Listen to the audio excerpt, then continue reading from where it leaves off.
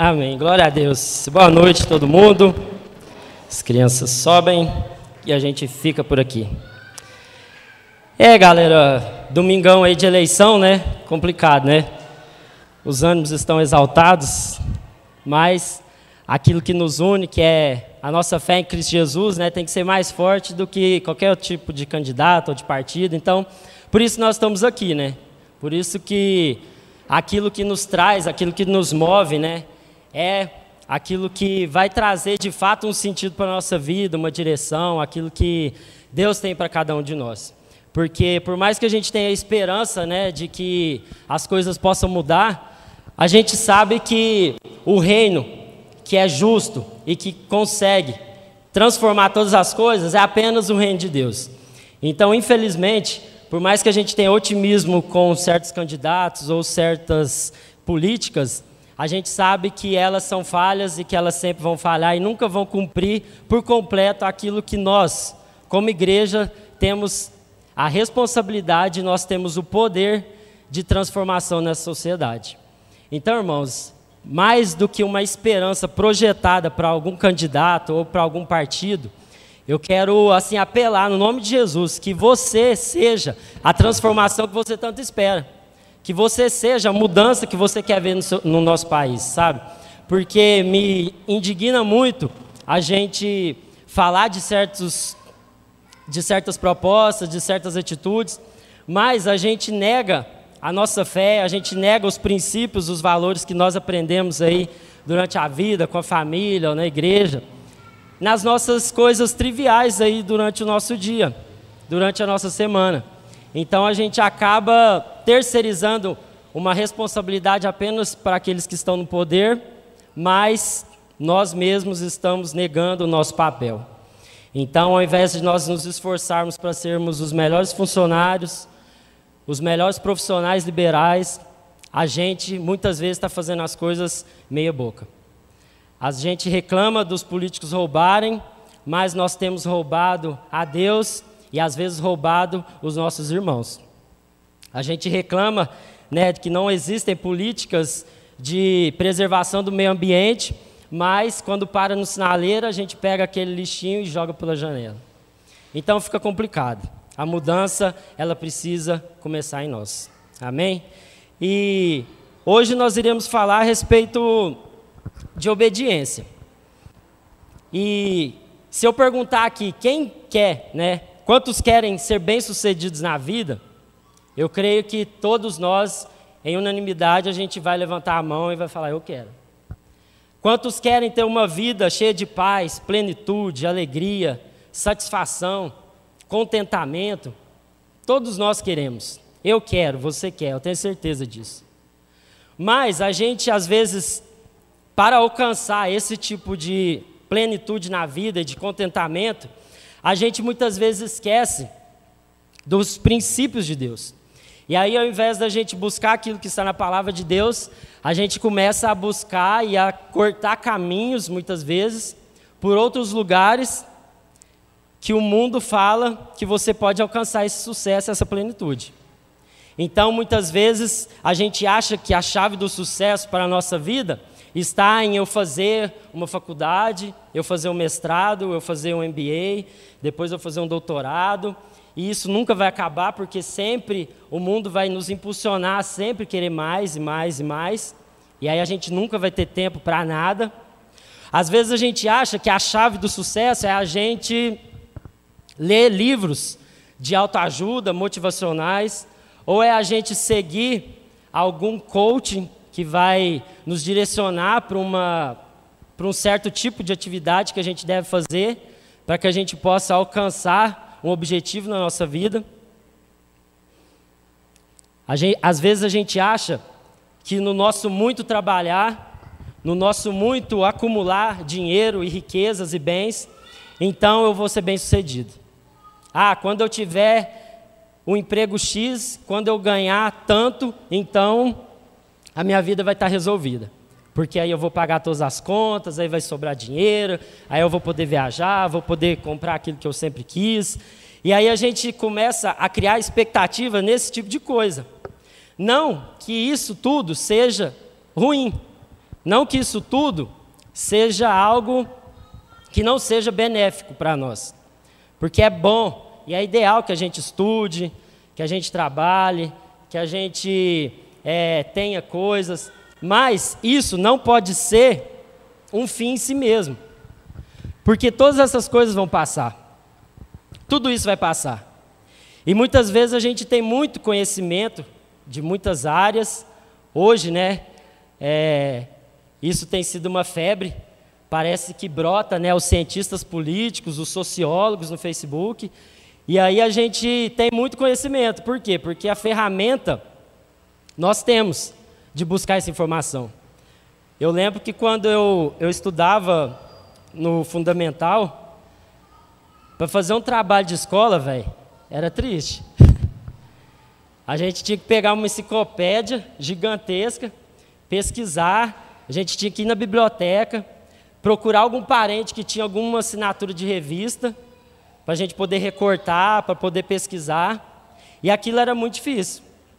Mas hoje, você pega o celular e pum, já acha o que você quiser. Você faz consulta médica online. Não precisa nem de ir no hospital. Nossa, eu estou sentindo uma dor aqui no estômago. Deixa eu ver, dor no estômago. Aí, pum, já tem a receita, já fala até o remédio que você tem que tomar. E hoje está muito fácil isso, a gente ter acesso à informação. Mas muita informação não quer dizer conhecimento, não quer dizer sabedoria.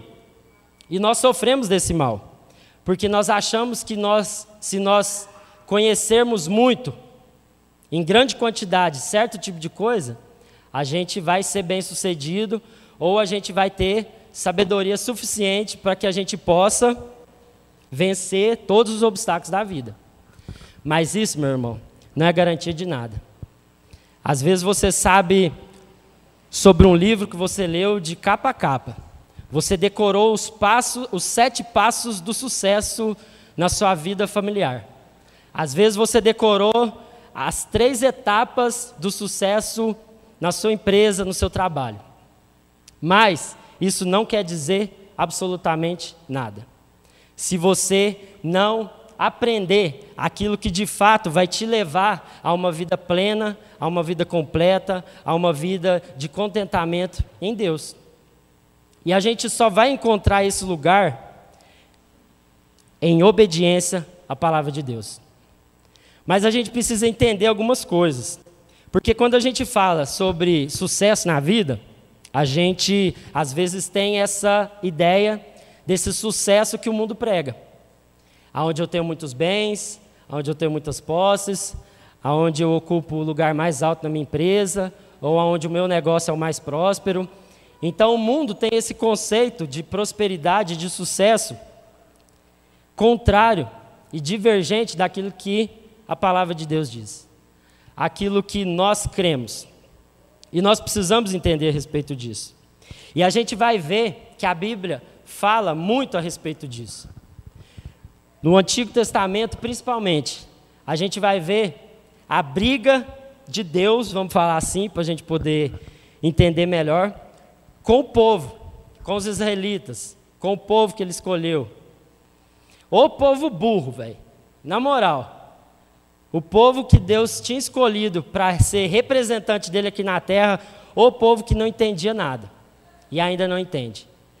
E aí a gente vai ver em toda a narrativa do Antigo Testamento e do Novo Testamento, como que Deus tenta insistentemente ensinar o seu povo um princípio, que é a chave de todas as coisas para a nossa vida.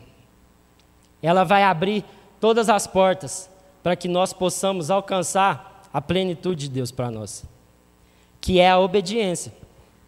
Não tem como eu querer ter uma vida bem-sucedida se eu não entender o que é ser bem-sucedido à luz da palavra de Deus, e se eu não entender que o princípio da obediência é algo extremamente importante para nós.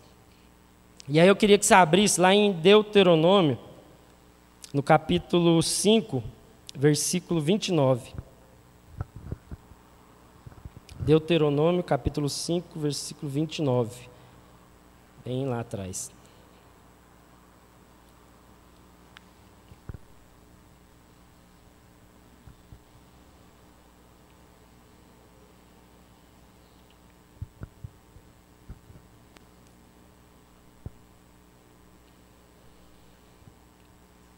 Como seria bom se o coração deles fosse sempre assim, se estivessem dispostos a me temer e a obedecer a todos os meus mandamentos. Tudo iria bem com eles e seus descendentes para sempre. Agora lá no versículo 32. Então Moisés disse ao povo: tenham o cuidado de obedecer a todos os mandamentos do Senhor, seu Deus, não se desviando deles em nada. Permaneçam no caminho que o Senhor, seu Deus, ordenou que seguissem. Assim terão vida longa e plena na terra, que em breve vocês possuirão. Então, meu irmão, aqui Moisés está falando o seguinte, fala, olha, vocês querem ser bem-sucedidos, vocês querem experimentar aquilo que Deus tem preparado para vocês? Obedeçam. Observem e temam todos os mandamentos que o nosso Deus está nos dando, para que vocês possam adentrar, né, aqui no contexto que ele estava falando, a terra prometida. Mas o povo não sabe de nada. O povo é muito burro. E o primeiro caso de desobediência que a gente vê na palavra de Deus é na vida de Adão, na vida de Eva. A desobediência deles trouxe consequência para toda a humanidade. Trouxe a consequência que nós vivemos até hoje. O pecado da desobediência foi o pecado que separou o homem do seu Criador. Para vocês verem como isso é sério. Para vocês verem que como o princípio da obediência, ele está amarrado em toda a Escritura desde o começo, desde o princípio. E Adão e Eva, eles perderam esse contato direto com Deus. E quando Deus fala com eles a respeito do seu pecado, a respeito da omissão do homem, ele é bem claro e ele deixa aquilo que são as consequências dos seus atos. As consequências da desobediência de Adão e Eva. Eles são expulsos do Éden, do paraíso, eles são afastados da comunhão com o Criador, e nós sabemos todo o desenrolar da história. Lá em Gênesis, no capítulo 3, a gente vai ver todas as consequências disso. E mais para frente, a gente vai ver outro caso de desobediência, que foi o caso de Salomão. Salomão foi um cara que recebeu o dom da sabedoria. Salomão foi o cara que possuiu riquezas nesse mundo que nenhuma outra pessoa possuiu. Foi o cara mais rico que já pisou nessa terra. Mas ele não conseguiu ser fiel àquilo que Deus tinha entregado para ele. E aí eu queria que você abrisse lá em 1 Reis, no capítulo 3. Passa um pouquinho aí. 1 Reis, capítulo 3.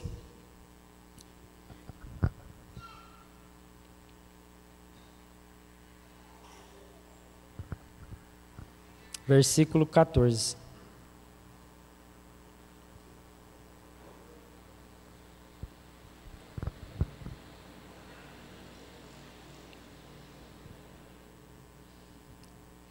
E se você me seguir e obedecer a meus decretos e mandamentos, como fez seu pai Davi, eu lhe darei vida longa.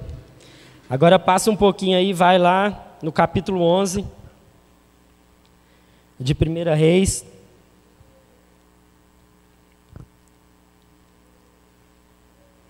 Capítulo 11, versículo 2.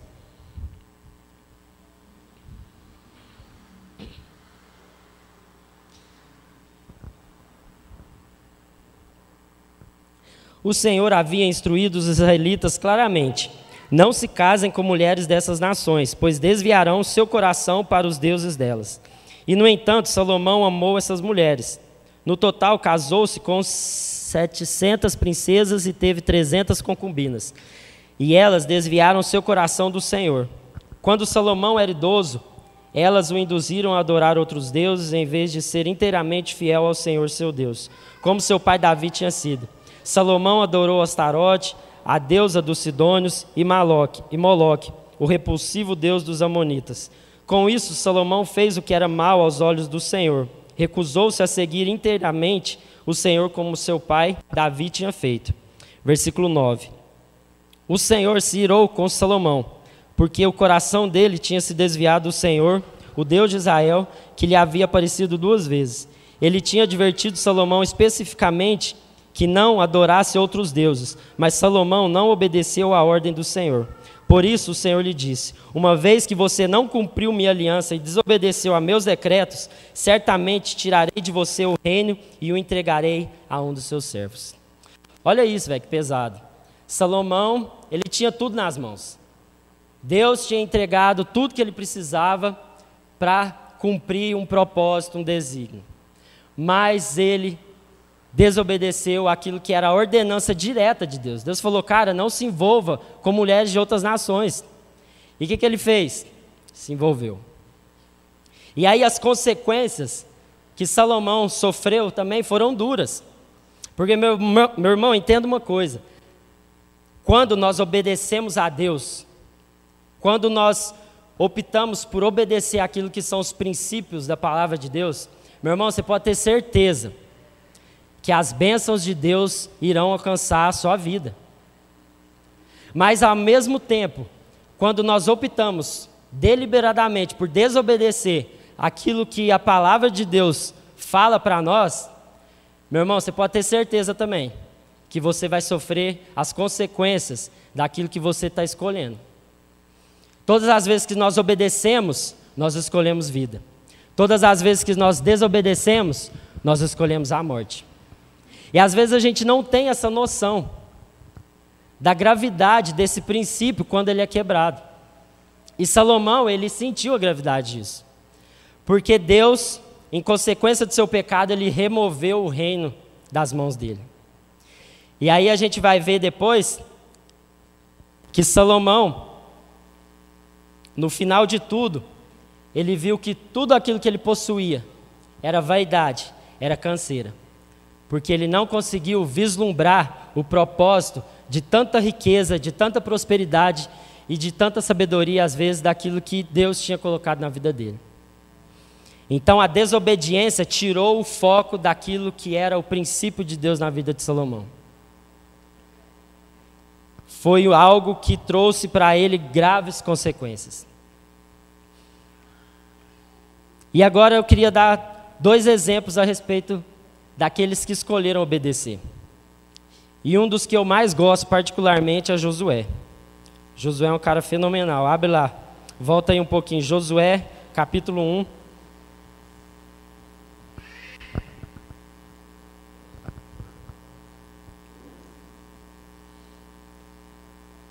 Josué, capítulo 1,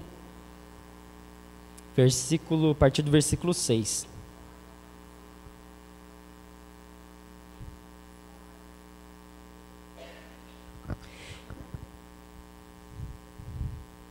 Moisés tinha morrido.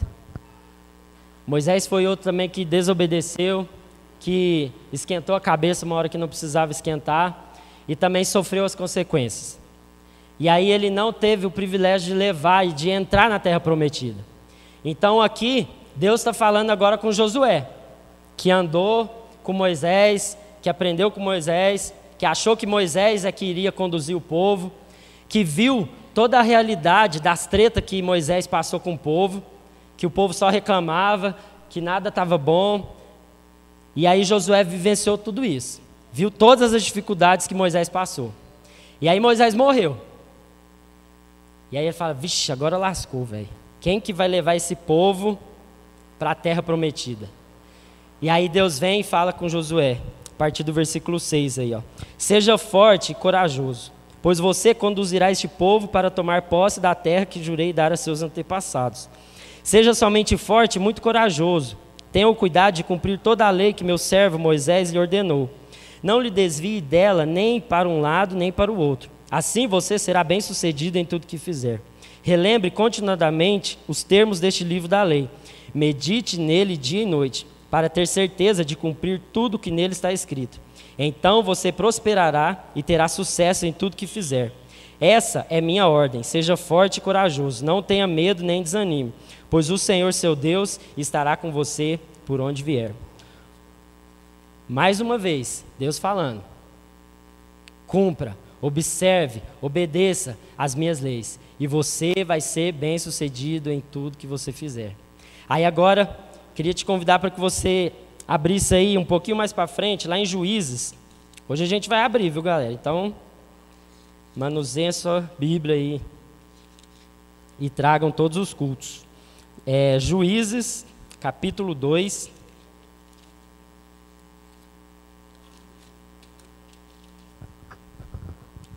Juízes, capítulo 2, a partir do versículo 6. Depois que Josué despediu do povo, cada tribo de Israel partiu para tomar posse do território que havia recebido como herança. O povo, presta atenção nisso aqui, versículo 7. O povo serviu ao Senhor durante toda a vida de Josué, e também dos líderes que sobreviveram depois dele e que tinham visto as grandes coisas que o Senhor havia feito por Israel. Josué, filho de Num, servo do Senhor, morreu aos 110 anos. Foi sepultado na terra que havia recebido como herança, em Timate-Serra, na região montanhosa de Efraim, ao norte de Gaás. Então veja que Josué teve uma vida íntegra. Veja que Josué, ele cumpriu cabalmente tudo aquilo que Deus tinha falado para ele fazer. Você vai enfrentar um povo enjoado, você vai enfrentar um povo difícil. Aliás, você viu como esse povo é difícil. Você estava lá junto com Moisés quando aquela galera estava reclamando, quando não tinha pão, quando não tinha comida. Você viu, e você está vendo o tamanho do BO que eu estou colocando na sua mão. Você está vendo o tamanho do problema que eu estou jogando para você. Mas, seja forte, seja corajoso. Medite nessa palavra dia e noite, porque apesar do desafio ser grande, você pode ter certeza que eu vou te capacitar para que você possa cumprir todas as coisas. Por mais que esse povo aqui seja difícil, se você for fiel à minha palavra, você vai ser bem sucedido na missão que eu estou colocando nas suas mãos. E aí a gente chega aqui no livro de Juízes e tem essa constatação, que enquanto Josué estava conduzindo o povo, liderando o povo, todas as coisas aconteceram.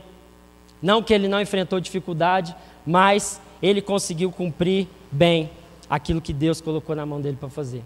Aí sabe o que aconteceu depois? Continue aí no versículo 10.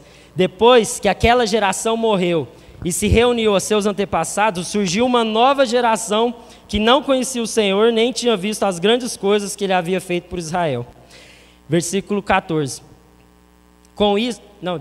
Versículo 11.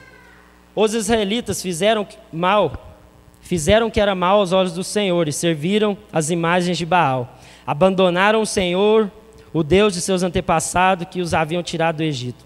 Seguiram e adoraram os seus deuses, os deuses dos povos ao redor, e com isso provocaram a ira do Senhor. Abandonaram o Senhor para servir a Baal e as imagens de Astarote. Com isso, a ira do Senhor ardeu contra Israel, e ele os entregou nas mãos de saqueadores que tomaram seus bens, entregou-os aos inimigos ao seu redor, aos quais já não conseguiam resistir.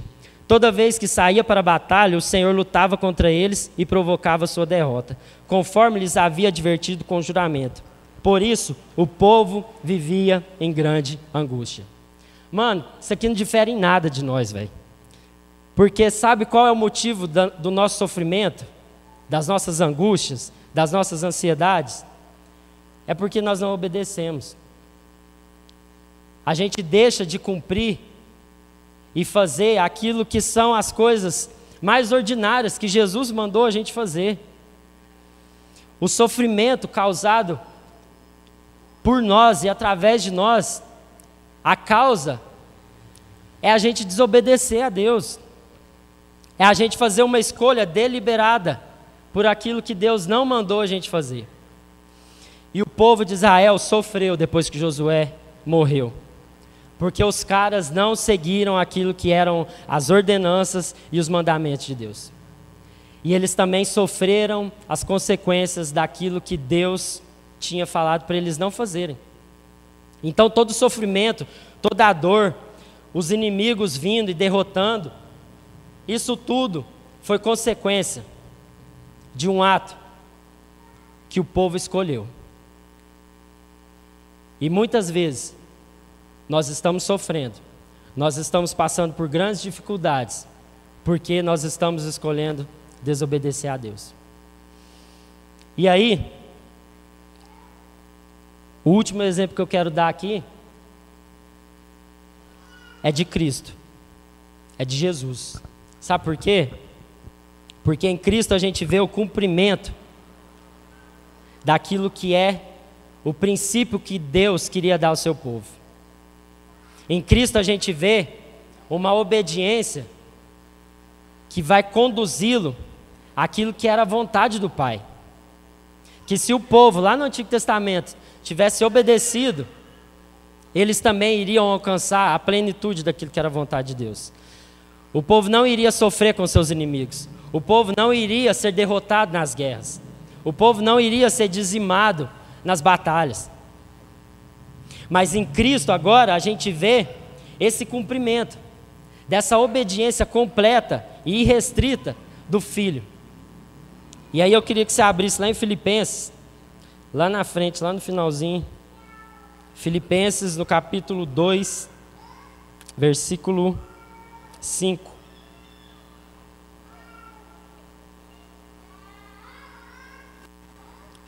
Filipenses capítulo 2, a partir do versículo 5.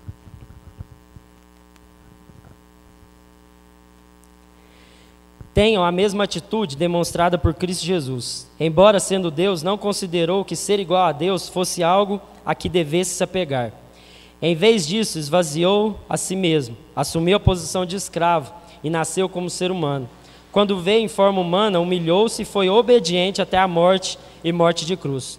Por isso, Deus o elevou ao lugar de mais alta honra e lhe deu o nome que está acima de todos os nomes, para que ao nome de Jesus todo joelho se dobre, nos céus, na terra e debaixo da terra, e toda língua declare que Jesus Cristo é Senhor, para a glória de Deus Pai. Olha isso. Agora nós temos o modelo perfeito. Aquilo que os homens do Antigo Testamento falharam, agora nós vemos em Cristo Jesus o modelo perfeito daquilo que era o propósito de Deus para nós. Um modelo de obediência incondicional. E o que a gente aprende aqui nesse versículo? O que chama atenção nesses versículos que eu li? Que o sofrimento, muitas das vezes, ele é causado pela nossa desobediência. E que quando a gente também obedece, nós acessamos aquilo que Deus tem preparado para nós. Mas o que nós também precisamos entender é que quando nós obedecemos a Deus, quando nós optamos por obedecer a Deus, não quer dizer que nós vamos estar isentos daquilo que são as dificuldades da vida. Porque Deus não poupou nem mesmo o Filho dele, nem Cristo Jesus, mesmo sendo obediente até a morte, ele sofreu. Então, entenda que obediência também não é sinônimo de vida fácil.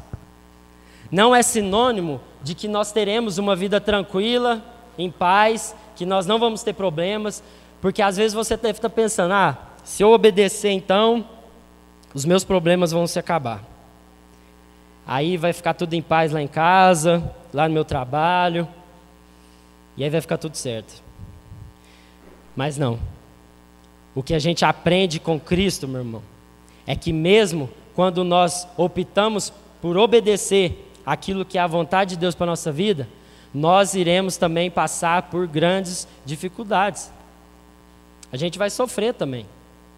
Mas esse tipo de sofrimento, ele vai ser diferente, às vezes, do sofrimento que você está passando hoje. Que você está vivendo, às vezes, na fase da sua vida que você está hoje. Porque o sofrimento que Cristo teve, quando ele estava no cumprimento da vontade do Pai, foi um sofrimento que o levou para a glória. Um sofrimento que o levou à plenitude de tudo aquilo que Deus tinha reservado para ele. E a gente está sofrendo por coisas bobas. A gente está sofrendo, ansioso, pelo amanhã. Como vai ser quando eu terminar a escola, o ensino fundamental? Como que vai ser quando eu terminar a faculdade? Como vai ser se me mandarem embora do meu trabalho? Entende isso? que o sofrimento que muitas vezes a gente está morrendo não é apenas causado pela nossa desobediência daquilo que Deus está falando para a gente fazer? Não é o sofrimento igual Cristo teve, mas é um sofrimento que nós optamos, que nós escolhemos. Porque se a gente observar e querer viver aquilo que Cristo viveu, meu irmão, nosso sofrimento vai ser outro. Sabe por quê? Porque o resto das coisas, Deus vai cuidar. A nossa dor vai ser pelo nosso irmão, às vezes que está se perdendo por conta de ideologia política. A nossa dor vai ser pelo irmão que está morrendo sem conhecer Jesus. A nossa dor vai ser por querer ajudar o próximo. A nossa dor vai ser por querer ser o melhor funcionário, não para poder ser promovido, não para poder ganhar mais. É claro que isso às vezes vai acontecer naturalmente, mas a motivação do nosso coração vai ser diferente, vai ser para servir a Deus com todo o nosso coração, para fazer a melhor coisa, para servir da melhor maneira, para ser o melhor funcionário, o melhor esposo, o melhor marido, o melhor filho. Mas nós estamos sofrendo com coisas triviais. Abre lá em Hebreus, capítulo 5. Passa um pouquinho para frente aí. Hebreus, capítulo 5, versículo 7.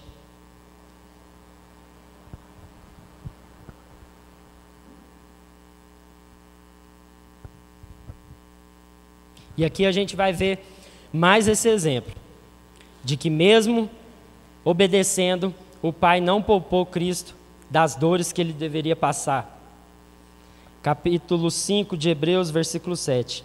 Enquanto Jesus esteve na terra, ofereceu orações e súplicas, em alta voz e com lágrimas, àquele que podia salvá-lo da morte. E suas orações foram ouvidas por causa de sua profunda devoção. Embora fosse filho, aprendeu a obediência por meio do seu sofrimento. Com isso, foi capacitado para ser o sumo sacerdote perfeito e tornou-se a fonte de salvação eterna para todos os que lhe obedecem. Entendeu isso, irmão? A obediência, ela nos leva a lugares extraordinários em Deus. Mas ela, ao mesmo tempo, não nos poupa das dores que nós iremos passar no meio do caminho, no meio do processo, para que a gente se torne homens e mulheres melhores, criados à imagem e semelhança de Jesus.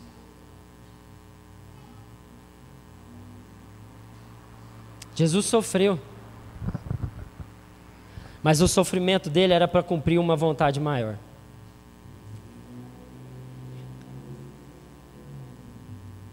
E hoje, irmão, será que você está obedecendo? Será que você tem escolhido desobedecer? Que essa noite você possa fazer uma análise da sua vida. Que você possa olhar para tudo isso e ver qual é o panorama daquilo que você está vivendo nas diversas áreas da sua vida. Para que você possa, de fato, ter uma vida plena. Ter uma vida que cumpra aquilo que Deus determinou para você.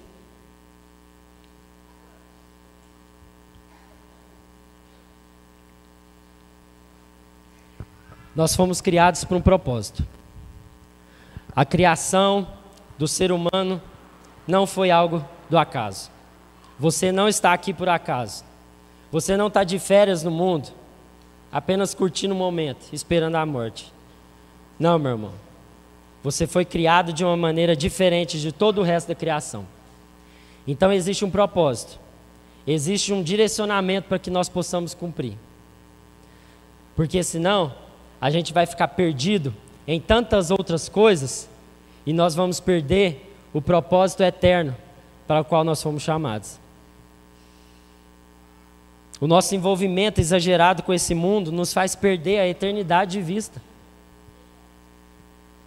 Sabe, às vezes a gente está tão arraigado, tão fundamentado nas coisas desse mundo, que a gente perde as coisas espirituais, que a gente perde a visão, que a gente fica cego. Então, o que nos impede, né, de obedecer a Deus? Primeiro é a incredulidade. É a nossa falta de fé. Meu irmão, você acha que Josué era o cara assim mesmo? Ele estava preparado para poder enfrentar o rojão que estava na mão dele?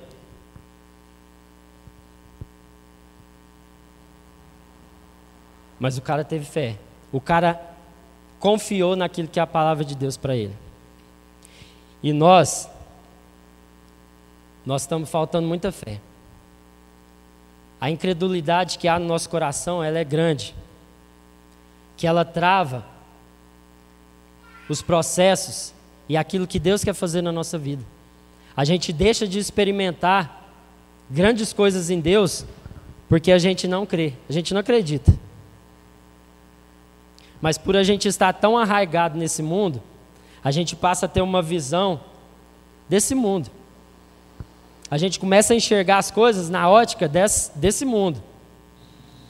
E aí, às vezes, falar de alguns assuntos e falar para que você avance, para que você mude de fase na vida, é difícil.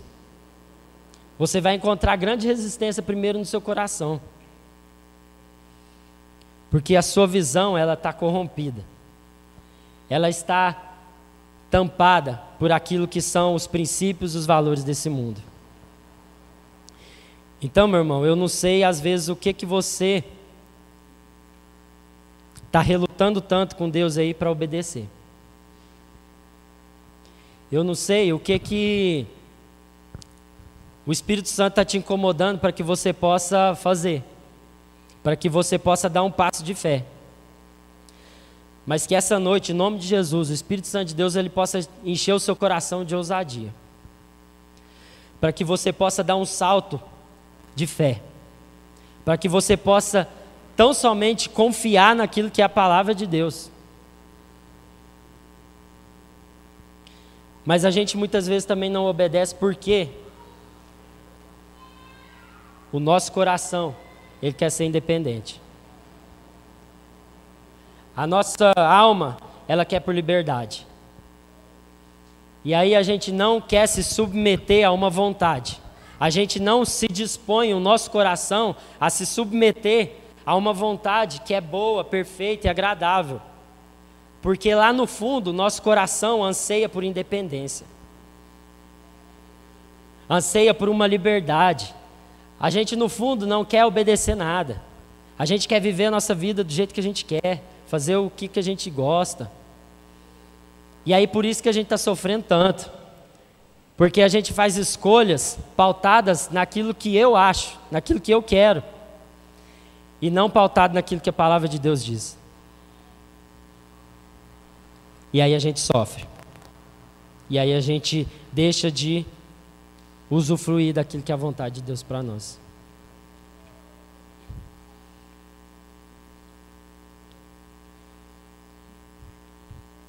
Mas nós temos uma outra dificuldade. A primeira é que nós não cremos, nos falta fé, nos falta coragem. E a segunda é obedecer o quê? O que eu tenho que obedecer? E aí é onde eu vejo o nosso problema da nossa geração. Porque nós não sabemos o que obedecer, sabe por quê? Porque a gente não conhece. A gente não entende. A gente gasta mais tempo brigando no Facebook por causa de política do que lendo a palavra de Deus, do que meditando, do que orando, do que tendo tempo de comunhão saudável com os irmãos. E aí, como é que eu vou obedecer se eu não conheço? Como é que eu vou obedecer algo que eu não entendi? Mas como é que eu vou entender se eu não tenho uma disposição no meu coração voluntária em direção a aprender aquilo que Deus tem para a minha vida? Sabe, não adianta nada eu querer muito uma coisa, mas se eu não me esforço, se eu não gasto tempo, se eu não tiro tempo para poder estudar, para poder orar, para poder ler, não tem condição. Então o nosso problema é esse. As escolhas erradas que a gente faz na nossa vida é porque nós não conhecemos aquilo que é a vontade de Deus para nós. Porque se todas as decisões que nós tomássemos fossem pautadas pela palavra de Deus, meu irmão, você iria experimentar grandes coisas em Deus. Você não precisaria passar por constrangimentos, às vezes que você está passando, porque você fez uma escolha equivocada. Mas você fez, às vezes, não por uma ignorância, mas porque você não conhece. Então não tem como eu obedecer se eu não conheço.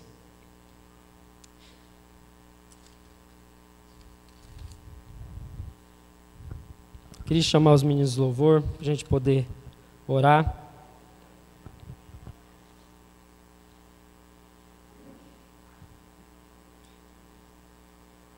Em João 14, versículo 15, 21, ele fala que se de fato nós amamos a Deus, nós obedecemos os seus mandamentos.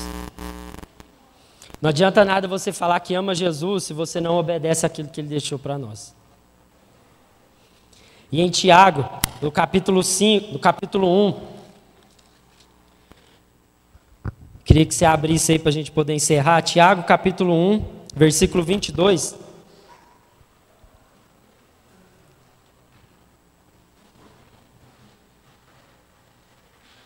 Agora aqui a gente vai ver a mesma advertência e a mesma promessa que Deus tanto falou lá no Antigo Testamento. Tiago, capítulo 1, versículo 22. Não se limitem, porém, a ouvir a palavra, ponham-na em prática, do contrário, só enganarão a si mesmos.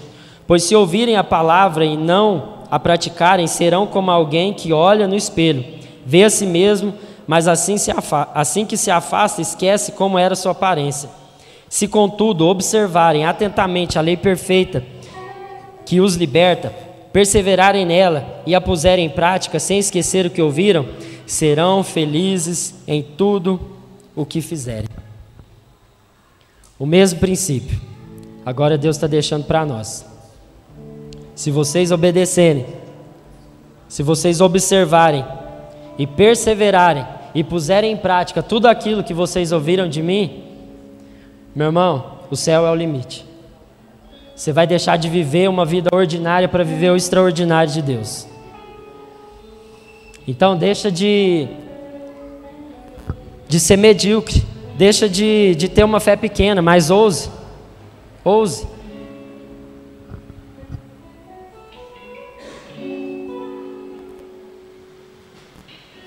Feche seus olhos e coloca aí sua vida diante de Deus.